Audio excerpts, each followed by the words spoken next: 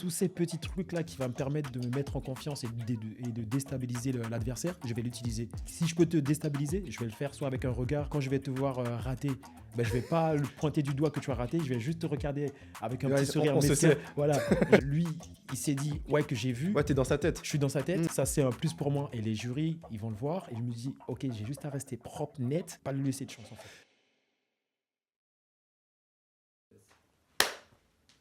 Il a résonné. Ça va, Dany? Ça va et toi? Ouais, aujourd'hui je suis avec Dany Dan, donc tout récemment médaillé des Jeux Olympiques de Paris avec une belle médaille d'argent. Le premier médaillé d'argent dans le breakdance. C'est ça. C'est ça? C'est ça. J'ai bien dit ton palmarès.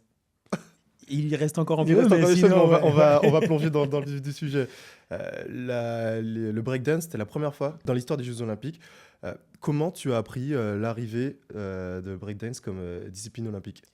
Ben, déjà pour moi, bah, c'était en 2019 quand quand ils ont annoncé que le breaking faisait son entrée au jeu.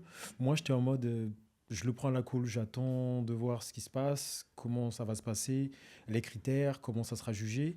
Et après, je me suis dit, je vais arriver tranquillement, je vais prendre ma licence et je vais voir comment ça va se passer en fait.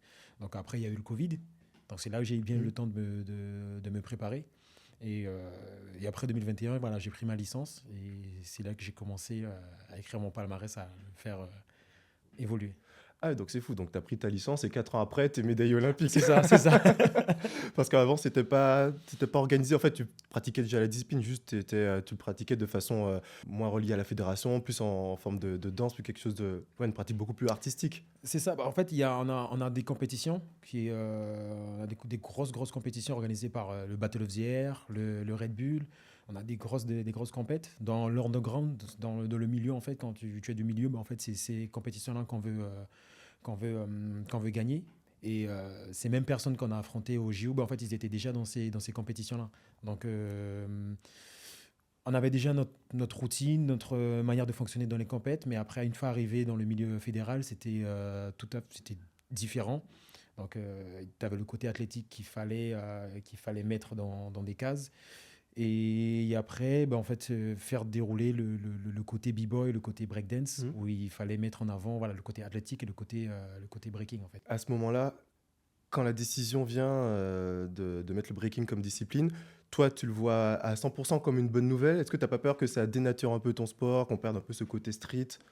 Non, non, parce que moi, je me suis dit que je vais faire les choses comme je ressens. Ça veut dire que je vais rester un puriste. Je vais rester et faire ce que j'ai toujours fait, breaker, danser, et rester dans la culture du breaking, en fait. Donc, j'ai pas eu peur, même pour la vision de la compétition, j'ai pas eu peur que ce soit dénaturalisé.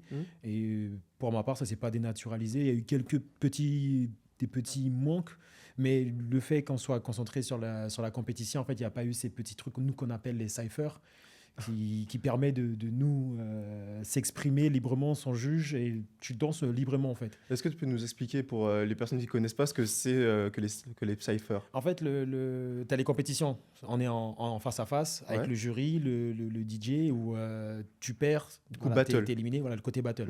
Et tu as le côté cypher où on est en cercle et en fait tout le monde peut rentrer. Petit, grand, moyen, handicapé, tout le monde peut rentrer, tout le monde peut danser. Et en fait, ça, c'est le moyen de s'exprimer, de montrer son identité, en fait.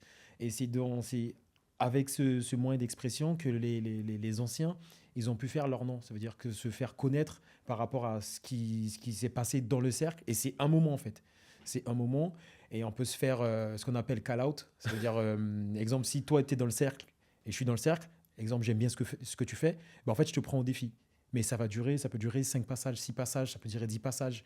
Et en fait, il y a toutes les personnes qui sont autour. Et après, c'est les personnes qui vont juger si moi, je me suis fait défoncer ou toi, tu t'es fait défoncer. Et c'est le côté underground. Et ça, dans les battles, mais il y en a tout le temps. Ça veut dire il y a un cercle par ici, un cercle par là, un cercle par là. Et il peut y avoir 5 ou 6 cercles. Et ça, c'est le moyen d'expression. Et ça, toi, tu peux arriver, être dans ce cercle et ensuite naviguer dans tous les cercles. Tu rencontres différents danseurs.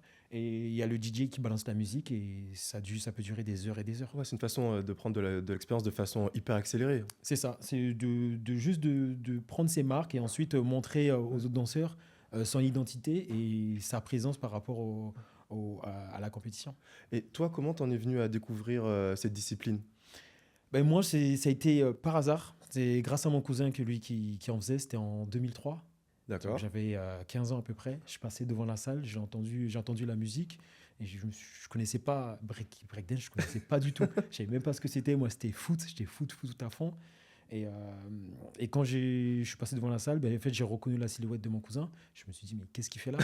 C'est quoi cette musique? Et j'ai vu il y avait plein d'autres potes à moi, plein d'autres personnes que je connaissais pas, mais que je me reconnaissais en eux et qui étaient en train de pratiquer. En fait, ils prenaient leurs cours et moi, je suis resté devant la salle 1 heure et demie.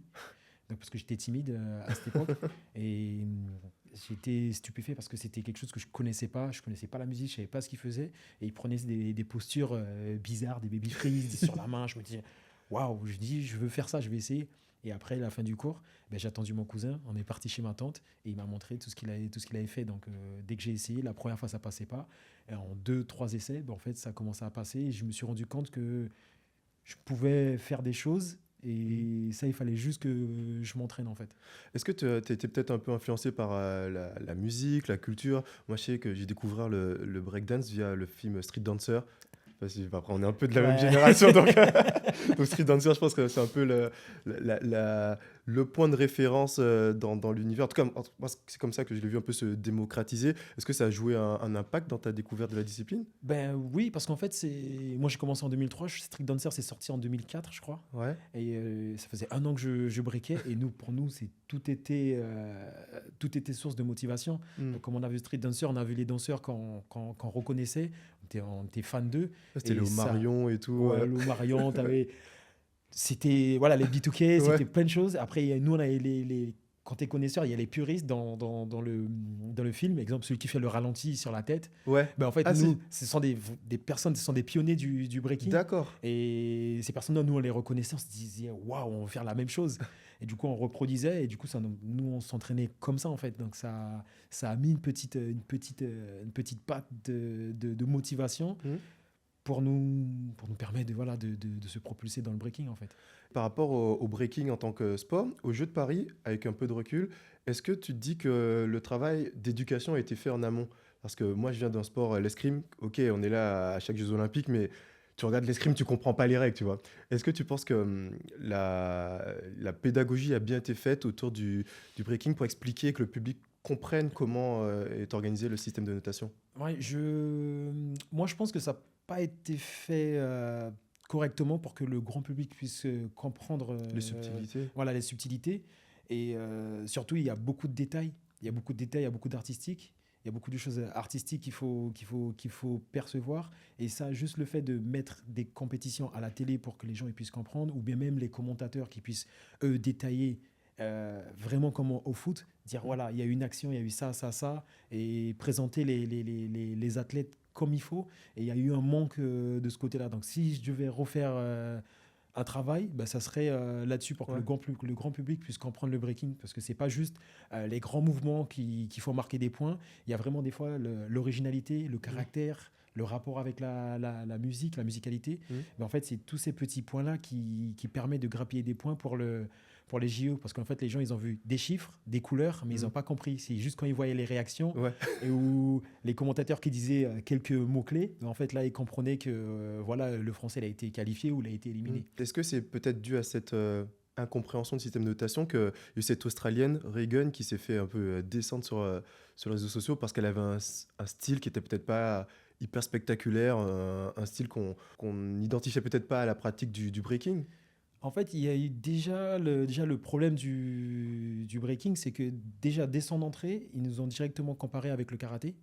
D'accord. Et du coup, moi, pour chaque interview, je devais en fait faire face. Attends, explique-moi. Karaté, breaking, ça n'a rien à voir? Ouais, ça n'a rien à voir, mais en fait, le breaking a été ajouté, Oui. mais le karaté a été Retiré. enlevé, a été Ah retiré. oui. Donc la ils ont fait comparaison. la comparaison, du coup, c'est tout de suite le breaking contre le karaté. D'accord. Et on a été jugé par rapport à ça et non par rapport au sport. Vraiment, ce que c'est que la difficulté du breaking, ce que c'est en fait. D'être un athlète, mais aussi un artiste et de mettre en avant voilà, ses qualités. Et comme c'était nouveau, et c'est un sport qui vient de la rue, de la street, donc les racailles, les gens de banlieue, il y a pas mal de choses qui a été mis en avant, qui ont desservi ce sport. Et du coup, lorsque Regan elle a fait sa performance, bah, la fédération de karaté, ils ont repartagé. Et du coup, ça, les médias, ça c'est des petits des bémols qui ont mis une tâche sur le breaking. Mais quand je reparle de Regan, moi j'ai son soutien parce qu'en fait elle a essayé de proposer une originalité, proposer quelque chose de différent. Certes qui n'a pas marché, mais c'est comme ça qu'on devient fort en fait. C'est quand on propose quelque chose, on essaie de proposer quelque chose de différent. Quand la patte elle peut prendre ou elle peut pas prendre. Ouais. Bon, ce coup-ci là ça n'a pas fonctionné. Ça n'a pas pris. Mais il y avait beaucoup de personnes qui regardaient surtout. Ouais, c'est vrai. Mais moi j'ai pas mal de choses qui ont fonctionné, il y a des choses qui n'ont pas fonctionné. Après, techniquement, j'ai un peu plus de bagages, mais je pense qu'avec un peu plus de technique, je pense qu'elle aurait pu faire quelque chose de vraiment fort, en fait. Ouais, justement, tu vas nous parler un peu de ton parcours pendant cette compétition olympique. Tu sors un gros, je sais pas, on dit un match ou un gros battle. Un gros battle, face à B-Boy Victor, qui est à ce moment-là champion du monde en titre. Et comment tu appréhendes ce battle ? Est-ce que tu rentres, tu sais, enfin, tu te dis, vas-y, je vais tout défoncer. Déjà, de base, je me dis que déjà, on s'était jamais rencontrés, lui et moi. D'accord. De toute ma vie, on s'était jamais croisés.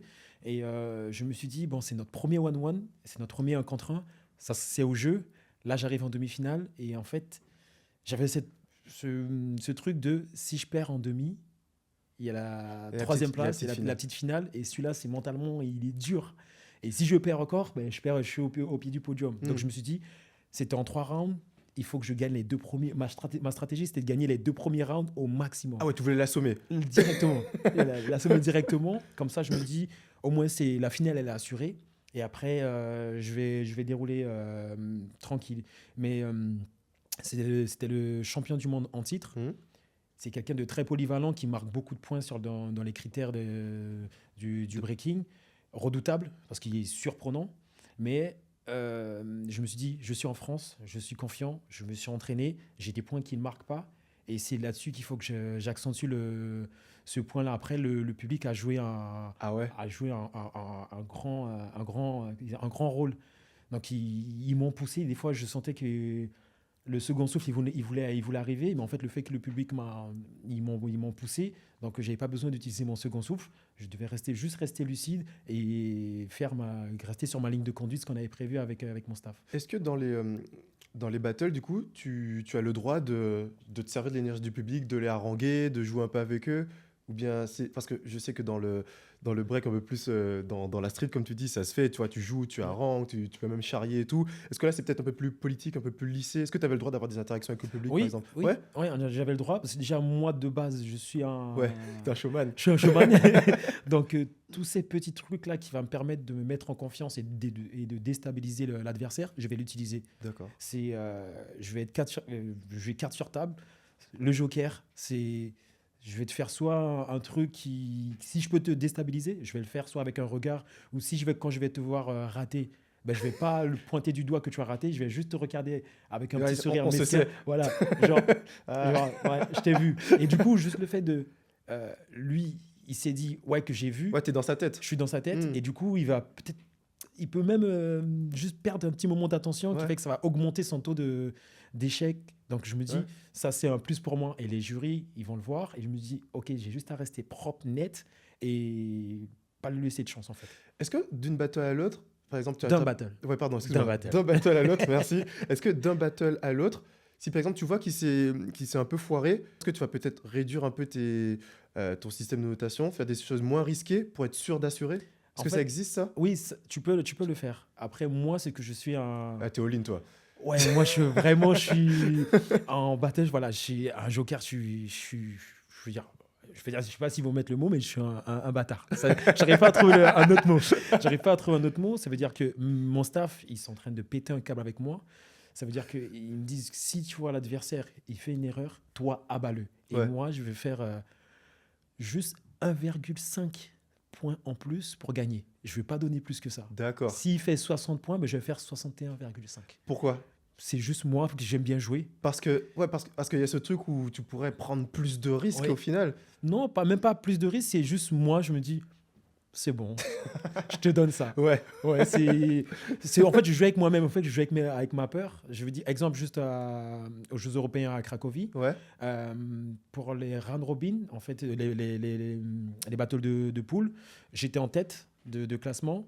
Et le dernier battle, j'avais juste à gagner un point. Donc, j'ai gagné le premier point. Et le deuxième point, ben, en fait, ce que j'ai fait, j'ai sélectionné juste un critère du breaking et que j'ai utilisé aucun autre critère.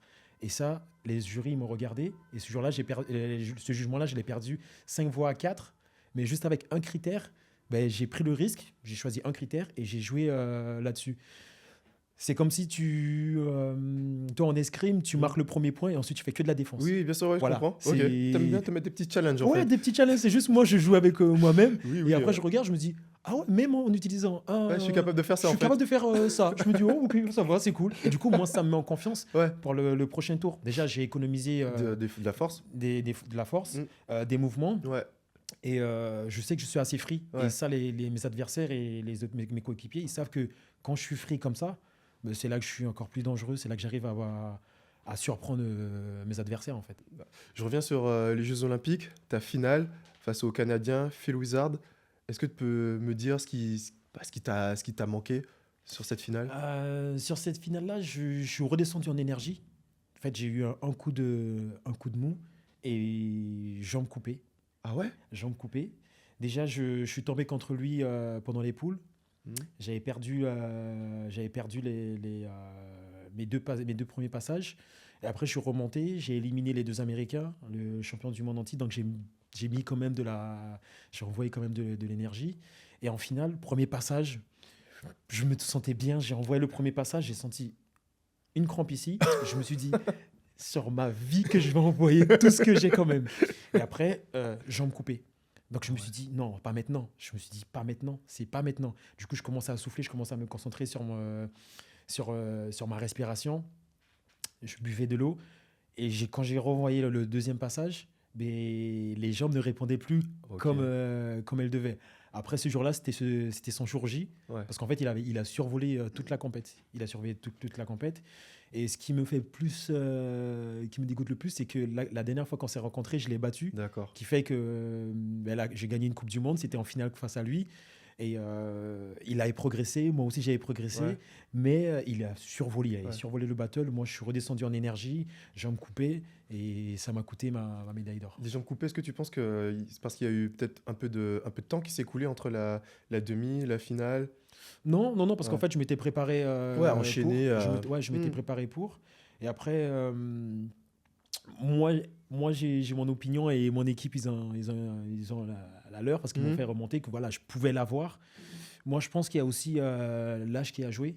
Parce qu'en fait, là, il est dans la fleur de l'âge. Entre lui et moi, je crois qu'il y a entre 7 ou 10 ans d'écart, je crois. Et moi, je pense que voilà, c'était un peu plus compliqué pour moi de reprendre en énergie alors que lui, il est en période de montante. Donc, ça a un petit peu joué, mais je me suis dit, si je me suis hissé en finale, c'est pas pour rien, mais quand même... Après, c'est peut-être un prétexte, mais ce jour-là, il était au top. Il était au top. Après, moi, jambes coupées, je pouvais rien faire. Et bon, ça m'a coûté. Ça arrive. Ouais, ça arrive. Tu nous as parlé tout à l'heure des Jeux européens à Cracovie. C'est là où tu as décroché ton sésame olympique. Moi, je me souviens, j'y étais et en fait, c'était drôle parce que c'était un peu en mode village. En fait, il y a plein de sports différents, dont certains sports qui jouaient leur qualif olympique. Toi, c'était sur un one-shot. En tout cas, à ce moment-là, tu pouvais te qualifier. Après, il y avait d'autres étapes, effectivement, mais là, c'était le moment où tu pouvais te qualifier. Tu as saisi ta chance. D'ailleurs, tu étais le premier breaker à te qualifier. C'est ça. Est-ce que tu peux me raconter comment s'est passée cette journée, quoi? En fait, cette journée, ça a été une journée, pour moi, c'était une routine. Parce qu'en fait, j'étais libre, en fait. Et une semaine avant, je m'étais mis au vert. Ok. Et j'étais parti au Palmyre avec les étoiles du sport. Ah ouais. Alors ça, c'est drôle parce que nous, dans notre discipline, c'est impensable de faire ça. Je dis ça à mon coach, je crois qu'il m'insulte. En fait, moi, je savais que mon corps, il était ready. Et mon corps, il était à 100%. Mais en fait, là, maintenant, c'était mon cerveau, pas trop le cramer pour le jour J. En sachant que j'avais fait 4e au championnat d'Europe. Je venais de perdre mon titre de champion d'Europe. Ouais. Donc, je voulais pas qu'il y ait que s'installe ce petit doute. Donc, je me suis dit, entraîne-toi à fond. Je m'étais entraîné, je m'étais bien préparé à l'INSEP. Et du coup, le mental me disait, stop, ça, il faut que tu arrêtes. Ton corps, il est ready. Il faut juste que tu coupes avec autre chose. Et du coup, je suis parti une semaine aux étoiles, tout en restant connecté avec mon coach. On s'appelait, on se refaisait des petites révisions on va dire de chorégraphie, de combo, sur ma ligne de conduite. Et après, une fois que je suis arrivé à Cracovie, en fait, mon corps avait juste faim. Il avait le jus. Il avait du jus. Ouais. En fait, j'ai débordé d'énergie et qui fait que j'ai gagné tous mes rounds. J'ai sorti tout le monde.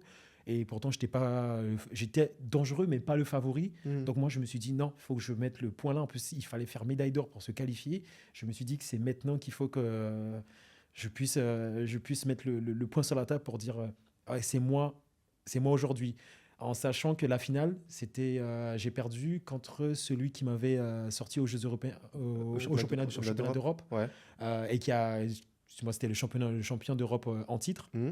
Et je m'étais dit non, aujourd'hui il va pas passer parce que s'il passe je vais avoir 2 défaites contre lui et ça va pas être possible. Donc ça va pas être aujourd'hui et je vais me donner à fond et c'est ce que j'ai fait. J'ai gagné 2-1.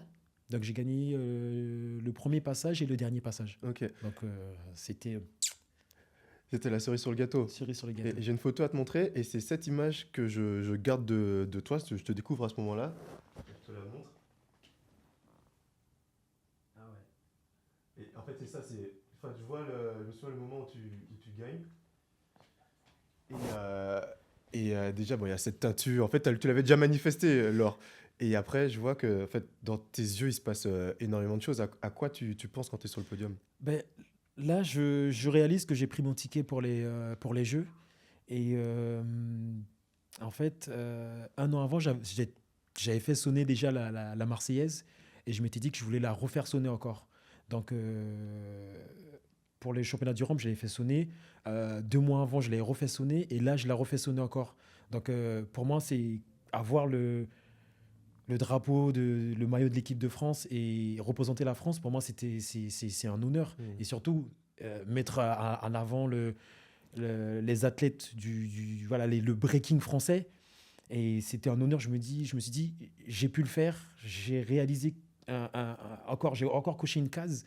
Et j'étais assez fier, en fait, parce que j'ai la main sur le cœur, parce que je sais pas, c'est un goût particulier, en fait, d'être sur la première marche du podium, d'avoir sacrifié autant de temps et sachant qu'il y a ma famille derrière, il y a pas mal de sacrifices et que les gens, ils sont là derrière leur télé, ils sont en train de m'encourager et que voilà, quand je mets cette main sur le cœur, c'est pour le drapeau, le pays, mes amis, tout ce que j'ai sacrifié en fait pour le breaking. Et surtout il y a ma mère aussi, donc dédicace à ma mère, un clin d'œil, et mes enfants. Donc ça c'est une grande fierté pour moi en fait à chaque fois que j'ai pu refaire j'ai fait le maximum pour faire retentir la Marseillaise, en sachant que j'ai été le seul qui l'a fait pendant cette période. Et je me suis dit, encore moins, j'ai pu faire sonner la Marseillaise, donc j'étais aux anges en fait. En parlant de sacrifice et de famille, pour te préparer pour ces Jeux Olympiques, tu as fait le choix de partir à l'INSEP, d'intégrer l'INSEP. Ta famille est restée à Perpignan. Moi-même, je suis papa d'une petite fille. Toi, tu as 2 enfants. J'imagine que ça a dû être une décision hyper dure. Oui, ça a été dur parce que moi, j'étais en poste aide-soignant. Donc, j'étais en poste, j'avais mon petit quotidien, tranquille. Tu avais ta situation. J'avais ma situation, Ouais. j'étais tranquille.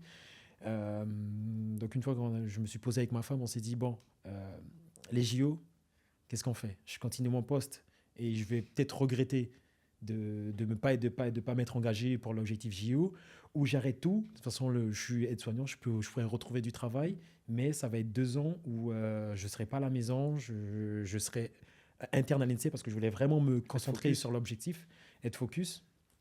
Et je me suis dit, il y aura des sacrifices. Mais moi, j'habite dans une maison, être interne à l'INSEP, 14 mètres carrés, avec des jeunes. Ouais. Je fais une petite parenthèse, ce que ça veut dire être interne à l'INSEP. En fait, c'est vraiment que tu dormais à l'INSEP. Tu avais ta petite chambre de... J'ai vécu aussi, c'est 9 mètres carrés. Ouais. Ta petite chambre de 9 mètres carrés. Enfin, tu passes de maison avec femme, enfant, à petite chambre de 9 mètres carrés, avec le self, où voilà, tu mets C'est les ça. pieds sous la table avec la nourriture qui t'est servie. Tous les jours, tu charbonnes, et tu peux facilement ne pas sortir de l'INSEP pendant plusieurs jours, tu vois. Ouais, c'est ce que je faisais. Tu Et étais vraiment dans la salle de l'esprit et du temps. j'étais vraiment dedans, Mm. concentré. Et je m'étais dit, c'est une expérience de vie. Je vais voir vraiment ce que c'est de vivre en tant qu'athlète. Mm. Donc, je vais me mettre à fond dedans. Donc, et ça a payé parce que j'ai progressé. Je pense que j'étais arrivé à mon prime. Ouais. J'étais à mon prime à ce moment-là. Toutes les personnes que je n'arrivais pas à battre, mais en fait, je les ai battues dans cette période. Donc, ça a été un sacrifice. Et aussi, mentalement, je voulais aussi, moi, me prouver des choses, montrer à mes enfants que, en fait, tout travail, en fait, ça mérite salaire. Tout Mhm. travail, en fait, il y a une récompense derrière. Et c'était aussi ça, montrer à moi, me prouver des choses à mes enfants et aussi prouver des choses à tous ceux qui croyaient pas en moi. Parce qu'en fait, quand je venais de rentrer à, quand je venais de prendre ma licence, en fait, j'étais présenté comme le vétéran qui veut se prouver des choses et qu'on ne croit pas vraiment en lui. Bien sûr. Donc, j'ai prouvé le contraire et j'ai montré que c'est dans les vieilles choses que se trouvent c'est comme le vin, en fait. C'est dans les vieux pots qu'on fait les meilleures confitures. Voilà, les gens ils vont se moquer de moi parce que j'ai pas trouvé la. Mais j'ai pas trouvé la. T'inquiète, on est une équipe, on est ensemble, on se complète. Moi aussi, je suis le plus vieux de mon vestiaire, je comprends totalement ce que tu veux dire. Donc c'était ça l'objectif du truc, c'était voilà se mettre à fond. J'ai utilisé ce manque-là de ne pas avoir ma famille, balancer, mettre ma motivation dedans. Je vois pas trop ma famille, je me mets à fond dans le break, dans mes performances pour que je puisse régner en maître en fait. C'est une façon un peu de se conditionner, c'est un peu un saut sans parachute. Tu sais que si tu réussis au jeu, tu peux changer potentiellement ta vie, la vie de ta famille, de tes proches. Et en fait, ouais, tu te dis que tu n'as pas fait ces sacrifices en vain. Ouais, c'est ça. Aujourd'hui, je regrette rien. Je vois encore mes collègues aides-soignants qui sont assez fiers de moi. Moi, je suis assez fier de ce que j'ai fait, d'avoir quitté mon poste, d'être parti. Et là, aujourd'hui, je vis beaucoup, beaucoup de choses, des choses que jamais je me serais dit que j'allais vivre. Juste le fait d'être médaillé olympique, d'avoir participé aux Jeux, champion d'Europe. J'ai maintenant, Ouais, t'as un palmarès en 3 ans, t'as eu un palmarès long Ouais, comme le bras. ouais, Tu vois, t'as c'est- gagné. En fait, c'est ça, t'as pas eu que des médailles, t'as gagné. J'ai gagné et surtout le respect des autres b-boys et b-girls il y en a qui croyaient en moi et d'autres non. Et j'ai prouvé que j'étais là et que je pouvais porter le drapeau de la France. Et pour moi, c'est une grande fierté en fait. J'imagine que ça n'a pas été tout le temps facile. À quelle fréquence tu rentrais chez toi? Est-ce que ça peut impacter ton rôle de papa? En fait, je rentrais chez moi tous les 2-3 semaines. D'accord. Donc, des fois, quand il y avait des compètes, en fait, je rentrais un mois. Ouais. Je rentrais pas chez moi un mois et demi. Ouais. Et c'était ça en fréquence. Et après, juste avant les Jeux, moi, je m'étais blessé. Donc, je suis pas rentré chez moi 2 mois. Donc, parce que j'étais à fond dans ma rééducation. Et parce que je m'étais blessé 6 semaines avant les Jeux, rupture ligament, cheville. Et je me souviens, je te croisais à la salle de muscu. Et en fait, à chaque fois, je te demandais ouais, ça va et tout, ouais, ça va aller, tranquille. En fait, je me dis que tu peut-être cachais un peu, tu minimisais un peu l'étendue de ta blessure à ce moment-là. Non, je minimisais pas parce que je savais que ça allait. Je croyais en ça. Je savais que ça allait que j'allais pouvoir me remettre sur pied. Parce qu'en vrai, c'était chaud comme blessure. Oh, c'était chaud. C'était chaud. Parce que t'avais une attelle, t'avais une botte. J'avais une botte. Ouais. J'avais une botte. Et moi, dans ma tête, je me disais, mais en fait, il a une botte. Comment il va pouvoir faire des saltos, des trucs à l'envers? Je me suis dit, je vais le faire. Je me dis, je laisse pas le choix à mon pied, je vais le faire. Après, quand tu es à l'INSEP, quand tu es interne, tu as une prise en charge qui est... Et c'est pour ça que je suis pas rentré. Parce que je savais que si je rentrais chez moi, en fait, je n'allais pas tenir le protocole médical comme il fallait. Et dédicace à docteur, d'ailleurs. Parce qu'en fait, après, il y avait aussi le mental qu'il fallait tenir. Parce que je voyais mes autres concurrents, eux, se préparer à fond. Ils n'étaient pas blessés, ils étaient à fond. Et c'était le côté mental qu'il fallait que je tienne. Coach mental qui était là avec moi. Prépa physique, Mélissa, hashtag Mélissa, qui, elle aussi, qui a tenu, qui a su me dire les choses pour que je puisse me remettre sur pied, mon coach perso. Et en fait, j'ai tout un staff autour de moi qui m'a permis de tenir ce truc, et aussi mes amis proches. ma famille, mes amis proches, parce qu'en fait, une fois que tu peux pas t'entraîner, ben, en fait, tu fais du sport 2 fois par jour, et après, il faut sortir du côté sport. Et ça, on avait d'autres protocoles, les jeux vidéo. Ouais. Moi, c'était mon protocole qui me permettait D'évacuer un peu. d'évacuer un peu, et c'est ce qui m'a permis de tenir le truc. Après, moi, je suis un bon vivant, je faisais autre chose, j'ai des sponsors qui me faisaient faire autre chose, Ouais. et ça, c'était cool. Donc voilà, Ouais. c'est ce qui m'a Qui t'a permis de tenu, tenir, ouais. où j'ai tenu le cap, en Ouais. fait. Et pendant la préparation, il y a eu un petit couac avec ton entraîneur, avec lequel tu as collaboré depuis hyper longtemps, B-Boy Chacal. Ouais. Comment ça s'est passé? Est-ce que c'était peut-être un coup d'arrêt, un petit frein dans ta préparation? Non, ça n'a pas Non. été un frein, parce qu'en fait, moi, je suis quelqu'un d'assez déterminé. Je me dis que ça va pas se passer comme tout le monde. En fait, je choisis mon Ouais. chemin, en fait. Est-ce que tu peux recontextualiser, nous expliquer un peu ce qui s'est passé En fait, le truc, c'est que lui, il était en contrat. Il était en contrat, et c'est avec lui que j'ai fait, c'est avec lui que j'ai fait toutes les médailles. champion d'Europe? Champion d'Europe, c'est avec lui que j'ai fait toutes les médailles. Et là où il m'a annoncé qu'il allait plus être mon coach. Donc la Fédé? Non, il m'a annoncé ça entre le test dopage et la cérémonie des Jeux européens. Ah ouais, donc je pense qu'aussi, dans ta tête, tu penses à ça, tu Donc, as demandé la suite, c'est quoi? C'est comment? Non, je me suis dit, la suite, c'est avec toi. D'accord, ok. Je lui ai dit, Ok. je lui ai dit, la suite, c'est avec toi. Je lui ai dit, t'inquiète pas. Je lui ai dit, comme ça, Dieu est grand. Dieu est grand, et on va faire les choses. Je lui ai dit, moi, je te lâche pas. Je te lâche pas. Je suis avec toi. On a nos recettes pour gagner. Je vais rester avec toi. Tu vas rester avec moi, et on va aller chercher cette médaille au jeu. Et on était dans le couloir. Et j'avais encore mon garde du corps pour aller faire le test dopage. Et je lui ai dit, non, on reste ensemble. Après, moi, ce que j'ai fait, c'est que j'ai été sollicité pour comment dire ça, pour des pubs à Des gauche, à droite, des campagnes, oui, campagnes à voilà, gauche, les à droite. sponsors. J'en ai pris beaucoup, parce que vu que je m'étais qualifié, Bien donc sûr. je Ouais, j'étais le seul breaker qui prenait la lumière au final. voilà, c'est ça. Et donc, je m'étais dit, je mets les compétitions de côté, je me focalise que sur l'entraînement, sur les campagnes, je prends des sous, je le paye, il m'entraîne. Je lui dis, toi, tu as juste à m'entraîner. Ah ouais, en fait, tu as vraiment investi sur toi, Voilà. la confiance. C'est ça. Je me suis dit, non, c'est moi, je vais me dire, j'ai une recette qui fonctionne, je ne vais pas la changer. Et j'ai fait cette campagne, j'ai pu le payer. D'ailleurs, lui, il ne voulait pas. Et je lui ai dit, quand tu auras faim, tu vas me faire une facture. Et du coup, il me l'a fait. Il m'a dit, le jour, il m'a envoyé un message. Il m'a dit, ouais, Dani, je commence à avoir faim. C'est chaud. Et du coup, là, il m'a fait la facture. Et du coup, on a pu faire, sur ce côté-là, on était Hyper transparent. hyper transparent. Une fois qu'on ne s'est pas lâché, ben, en fait, on s'est tenu comme ça. Et jusqu'à aujourd'hui, ben, c'est encore mon coach. Et on continue, on a gardé cette complicité-là. Et c'est ce qui fait qu'aujourd'hui, il a vu que j'étais fidèle à lui. Et que lui aussi, il me défend sur tous les projets, sur tout ce qui se passe. Et ça, moi, je suis reconnaissant à lui. C'est grâce à lui aussi qu'on a pu travailler. Et après, il y a eu d'autres coachs de l'équipe de France où on a essayé de collaborer, mais ce n'était pas la même chose. Donc, voilà, on a gardé ce truc-là. Ouais. Et au jeu, il y était ce B-Boy Chacal. Omar Remichi qui était là, qui a pu être derrière moi pour les jeux. Okay. Après les round robin, il est venu, et du coup, c'est là que j'ai vu et j'ai senti que j'étais en train de remonter remonter la pente, parce que j'ai commencé par une défaite et je remontais doucement, et quand il est arrivé, en fait, j'ai propulsé directement. Du coup, tu as propulsé directement, tu as fini un peu en point d'orgue avec cette belle médaille d'argent au jeu. Et l'après-jeu, comment tu l'as vécu? Tu es le seul breaker médaille de l'histoire, cheveux bleus, tout le monde t'a vu, tu as eu beaucoup de sollicitations. Toi, comment ça se passe après les Jeux? En fait, après les Jeux, parce qu'avec mon prépa mental, on avait déjà anticipé le... Ah ouais, mais toi, tu t'es préparé, mais tu as tous les cas de figure. Enfin, même pas. Ouais. Non, tu as préparé le cas de figure, ce qui s'est passé. Tu as préparé... Ouais, en fait, il n'y a pas de place pour l'échec, en fait, dans ta tête. Si, quand même. D'accord. Parce qu'on avait préparé l'option de si à médaille et si à pas médaille. Donc, tu avais préparé les deux. On avait préparé les deux.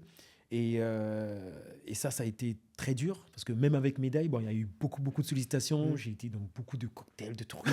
Franchement, j'étais pas mal sollicité. Les médias, c'était top. J'ai promotionné le break au maximum comme je pouvais, parce que je m'étais dit que c'était mon objectif. Et de faire connaître au grand public le breaking, pas juste moi. Et ça a été un peu dur, parce qu'en fait, il y a la chute. Parce que moi, vu que j'estimais déjà que j'étais en fin de carrière, et je m'étais dit, qu'est-ce que je vais faire après? Qu'est-ce que je vais faire après? Est-ce que j'ai encore la motivation d'aller... parce qu'en fait, en décembre, on m'avait déjà parlé des championnats du monde en Chine. Et moi, je me suis dit, oh, championnat du monde, la flemme. Ouais. Donc, déjà, depuis les Jeux jusqu'à décembre, pas d'entraînement. Ok. Je fais quelques prestations à gauche, à droite. J'ai été dans d'autres choses. J'ai eu d'autres shootings de mode. J'ai vécu autre chose, en fait. Et j'ai toujours promotionné le break. Mais ça a été dur après Jeux. Parce que j'ai rencontré, une fois que je suis reparti à ces étoiles du sport, parce qu'en fait, En c'est hiver en hiver. Et c'est là que je me suis rendu compte que j'avais fait un petit burn-out. D'accord. Que je voulais plus entendre parler de entraînement, de battle. Toutes les sollicitations de battle que j'avais, en fait, j'ai tout décliné. Et c'est là que j'ai fait un petit burn-out. Ouais. Et mon calendrier, je m'étais tellement engagé sur pas mal de choses qu'il fallait que je tienne sur ça. Donc, à chaque fois que je faisais un rassemblement avec de la foule, mais en fait, le soir, je me sentais hyper mal. Ah ouais. Hyper mal. Et ça, je ne le disais pas forcément. Je le disais à ma femme, mes amis proches. Ils ne comprenaient pas pourquoi je les remerciais à chaque fois d'être là avec moi. En fait, pour moi, c'était un petit peu... Je tirais la sonnette d'alarme. Mais ils ont été là pour moi, en fait. Inconsciemment, ils ont été là. Il y a mon cousin aussi qui m'appelle. On s'appelle 3-4 fois dans la journée. Ok. Des fois, il m'engueule parce que je ne l'appelle pas. Et c'est lui aussi qui en a cette transparence-là de se dire les choses. Et il a vu que j'étais pas bien. Donc, on a fait des rassemblements famille qui étaient assez cool, qui m'a permis de moi de sortir de ce truc-là. Chaque sollicitation en tant que médaillé, en tant que Danny Dan, en mode, ça me pesait un petit peu parce que je savais que j'allais avoir ce retombé en fin de journée. Une fois que j'allais être dans mon hôtel, j'étais pas beaucoup chez moi, mais j'étais en tournée. Ça, c'était atroce. Et après, janvier, je me suis dit, je fais mon battle de jubilé. Et après, je reste en famille. Donc, j'ai fait mon battle de jubilé. J'ai perdu en demi-finale. C'était quoi? C'était une compétition? C'était une compétition. C'était où? C'était au Brésil. Ça va. Ça va, la retraite. J'avais accepté juste pour... J'avoue que j'avais accepté pour le voyage. Ouais. Et après, là où je me suis dit que j'ai perdu ce truc-là, c'est quand j'ai perdu en demi-finale. Et en fait, ça m'a fait ni chaud ni froid. Ouais. Et c'est là où je me suis dit, en fait, ça y est. En fait, là, c'est bon, c'est bon, ça fait 21 ans, je suis en train de représenter la France, j'ai donné de mon âme, de mon corps. Là, si j'arrête là, on peut pas me dire grand-chose. Je me dis, vas-y, maintenant, développe autre chose, fais autre chose. Mais jusqu'à aujourd'hui, je me suis pas rentraîné. Je suis parti en rassemblement équipe de France avec le haut niveau. J'ai dansé, mais ça a été mes 2 jours où j'ai dansé à fond. Et après, dès que je pouvais partir, en fait, je suis parti. Et ça me manque pas. Et aujourd'hui, je pense que j'ai donné mes dernières forces dans le breaking. Je peux encore transmettre. Mais ça a été dur. Et le mois de février, ça a été le mois le plus cool. Parce que je suis resté en famille. Je suis resté chez moi. J'ai accepté aucune proposition. J'étais chez moi. Je m'occupais de mes enfants. J'étais avec ma femme. Vraiment, j'avais mon quotidien. J'étais en vacances, en fait. Et là, je commence à reprendre petit à petit. Donc là, je peux dire que je vais très, très bien. D'accord. Et ça a été pour moi, voilà, une bonne période. Tes enfants devaient être contents de t'avoir à la maison. Ouais, parce que ils étaient contents. En plus, il y avait les vacances. C'est ça, il y avait les vacances, donc ils étaient contents. Eux, ils font du foot. Okay. Donc moi, comme j'ai mes crampons, donc on allait faire des entraînements de foot. Ça a été une bonne période. Ils étaient contents parce qu'ils passaient du temps avec papa. Et c'était top. Et comme je cuisine, donc eux aussi, ils mangeaient très, très bien. Je cuisine... Fini la cantine de l'INSEP. Ah oui, non. Par contre, je me suis régalé des fois. Le vendredi, les frites. Ouais, le vendredi, les frites, ouais. Mais je me suis régalé parce qu'en fait, j'ai tissé des liens à l'INSEP qui étaient top. Ça me manque un peu des fois, juste avec le personnel. Parce que moi, je suis social, j'allais voir tout le monde, que ce soit au médical, que ce soit à la restauration. Et j'allais voir tout le monde pour savoir comment ils allaient, discuter un peu avec eux. Mais tu sors de ta chambre, tu croises quelqu'un que tu connais, tu vas au CEF, tu manges avec des gens. C'est ça qui est aussi cool avec l'INSEP. Ouais, c'est ça aussi. Donc après, j'avais tissé un lien avec aussi le coiffeur. Donc, j'allais aussi... moi, à mon époque, il n'y avait pas de salon de coiffure. Mais à mon époque, si. Ah, c'est ça, d'où les teintures, c'est pour ça. Non, je les faisais. J'ai une athlète qui m'aidait sur ça. Et ça, c'était top. Donc, clin d'œil à Sarah là où je faisais, parce que des fois je faisais mes teintures moi-même, donc elle me disait ouais, là il y a un truc, c'est pas bien fait, donc elle m'aidait un petit peu. Et après j'allais dans un salon pour faire ça. Mais le dégradé, tout ça, toujours Ouais, être toujours soin, toujours être clean. Ça, c'était voilà, des petits plaisirs voilà, que j'avais déjà hors INSEP, mais j'ai pu le garder en fait, dans l'INSEP. Donc, c'est des petits trucs comme ça qui me manquent un petit peu à l'INSEP, Ouais. mais je suis content de rentrer chez moi quand même. Et maintenant que tu es retraité, tu as le temps de faire différentes choses. C'est quoi l'après? On s'est croisé par hasard à un défilé de mode pendant la Fashion Week de janvier. Tu t'intéresses à plein de choses parce que tu as le temps. J'imagine aussi l'espace mental. C'est quoi la suite pour Danny Dan? Ben, en fait, la suite de là, ce que moi je veux faire, c'est qu'en fait, je suis en train de monter une boîte où moi je veux toucher à monsieur et madame tout le monde. J'ai pas envie de rester dans le milieu du breaking. J'ai envie de faire autre chose. Donc là c'est en projet, c'est en pleine élaboration. Donc là, je suis plus sur la fin. Donc là, je vais annoncer les choses en temps et en heure. Mais ben, juste après les Jeux, ben, en fait, j'ai pensé déjà à monter des choses. Donc là, avec mon agent, ben, en fait, on a élaboré une stratégie de comment on va faire, comment on va monter la chose, comment on va mettre ce qu'il y a dans ma tête sur pied. Et ça, c'est en train de se monter. Donc là, c'est des projets qui touchent à monsieur et madame tout le monde Trop bien. et qui a rien à voir avec le sport, avec le... Un petit peu, Un petit oui. peu. Un petit peu, oui. Parce que j'aime bien quand même faire quelque chose où il y a des gens qui puissent se bouger là-dedans. Et après, moi, c'est surtout créer des emplois, créer des choses pour tout le monde, en fait, surtout pour les jeunes. Et aussi, un petit clin d'œil à la Guyane, parce que c'est de là où je viens. Bien sûr. Et Et si on le voit pas, c'est autour de ton, oui, autour c'est de ça. ton cou. En fait, c'est ma carte qui est toujours avec moi parce qu'en Ouais. fait, pour moi, j'ai envie de montrer à la jeune génération que je suis Guyanais. Les jeunes qui se reconnaissent en moi en tant que Guyanais, qui eux aussi ils peuvent être un athlète de haut niveau, ils peuvent être quelque chose ou peu importe ce qu'ils font, mais en fait la Guyane c'est pas si loin que ça parce qu'en fait il y a du potentiel et en fait c'est ce que j'essaie d'inculquer en fait en tant que moi Guyanais, promouvoir les dom-toms. Ouais, bien sûr. Parce qu'en fait, avant moi, il y a eu pas mal d'athlètes, il y a eu pas mal de personnes qui ont réussi, des Thierry Henry, des Marie-Jo, des Teddy. En fait, il y a pas mal de personnes qui m'ont motivé. Et moi, je veux juste être une référence parmi ces personnes-là. Donc voilà. Donc là, j'essaie de créer autre chose avec moi, ce que j'ai fourni, avec mes idées et sortir du monde de breaker et surtout toucher à autre chose parce que j'ai fait pas mal de choses, j'ai eu pas mal de shootings de mode. Ben là, on s'était vu pour le défilé et j'ai pas mal de prestations où je dois juste être là en tant que personnalité Trop bien. publique, ça c'est cool. Et vu que moi j'aime la mode, j'aime me saper, j'aime être par-ci, par-là, je tente des choses. Ben, grand chapeau, cheveux. Ben, en fait, je tente, je me dis, je vais dans une zone où là, j'ai pas l'habitude, les gens, ils n'ont pas l'habitude de me voir. Et là, maintenant, les gens, ils savent, ils me mettent dans une zone. S'ils me voient avec un chapeau mexicain, ils vont dire, ah bah oui, c'est David. En fait, c'est devenu tellement banal que... Et moi, j'adore ce truc-là. Et des fois, avec ma femme, on se dit, quand on fait du shopping, elle me dit, ça, t'es pas capable de le porter. Je dis, ah ouais, moi, je suis pas capable de le porter. Et du coup, c'est comme ça que moi, on se lance des challenges. Et ça, c'est top parce que je sors de ma zone de confort et j'essaie d'inculquer ça. Donc, un petit clin d'œil aussi à la mode pour ça. Donc, voilà. Ok, trop bien. Bah, écoute, moi j'ai hâte de voir les projets sur lesquels tu taffes, ce que tu vas pouvoir nous réserver. Merci beaucoup d'avoir été avec nous aujourd'hui. Franchement, je suis content. J'ai appris plein de choses sur le breaking, sur le breakdance et sur ton univers. Donc aujourd'hui, on était avec Danny Dan, médaillé d'argent aux Jeux Olympiques de Paris 2024.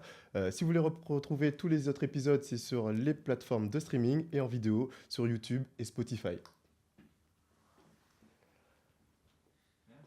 Waouh, merci.